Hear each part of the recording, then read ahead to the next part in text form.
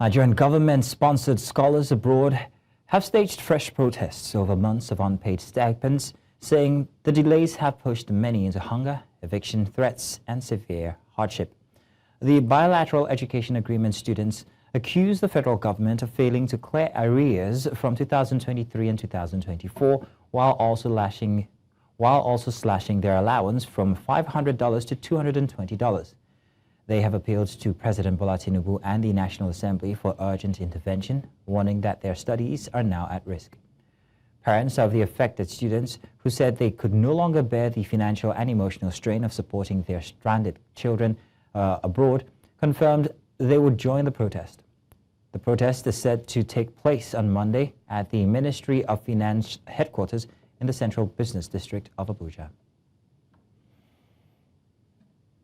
Now, Tonya Jaja, a lawyer and himself one who has in the past been a beneficiary of the federal government's scholarship process, joins us from Maseru in Lesotho. Tonya, good to see you again. It's been a while since we spoke to each other. But let's talk about this here. Almost every sort of agitation eventually comes down to protests and industrial actions here in Nigeria. But could you tell us about the nature of these demands and why it had to come to this for these students?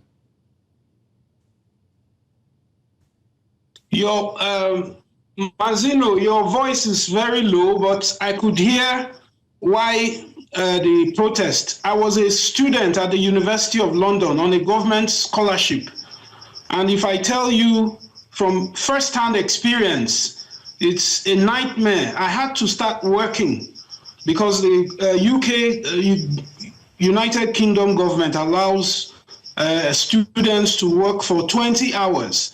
Because while waiting for the for the government to send the money, you have to pay your bills. This is a foreign country. You don't have relatives where you could live free, rent free.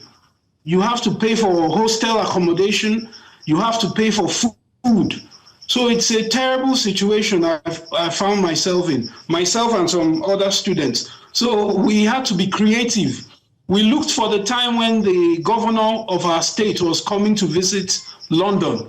He came to give a public lecture at Chatham House. We went there in mass and prevented him from giving that lecture unless he pays the scholarship.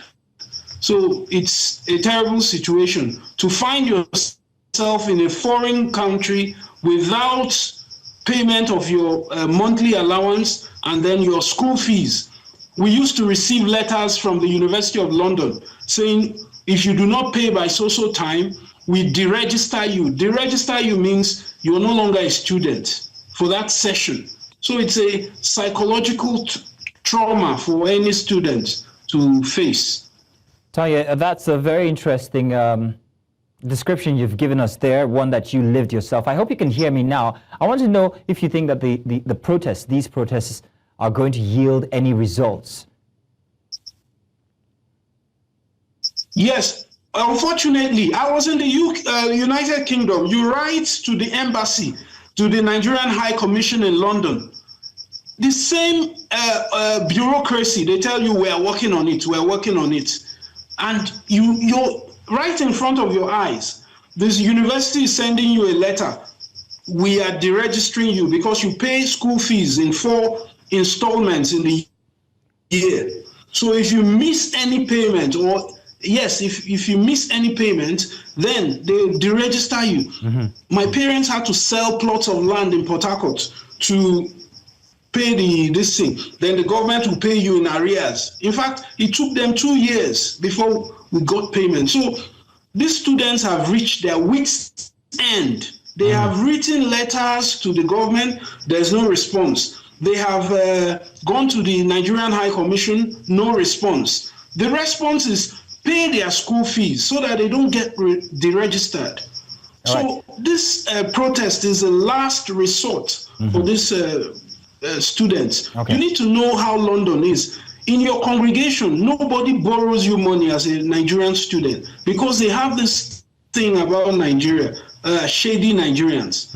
Maybe you want to run away with their money. So if you are broke in the United Kingdom, you're broke. There's no family, no congregation member can help you. So it's a really tight situation. These people have reached their wits' end.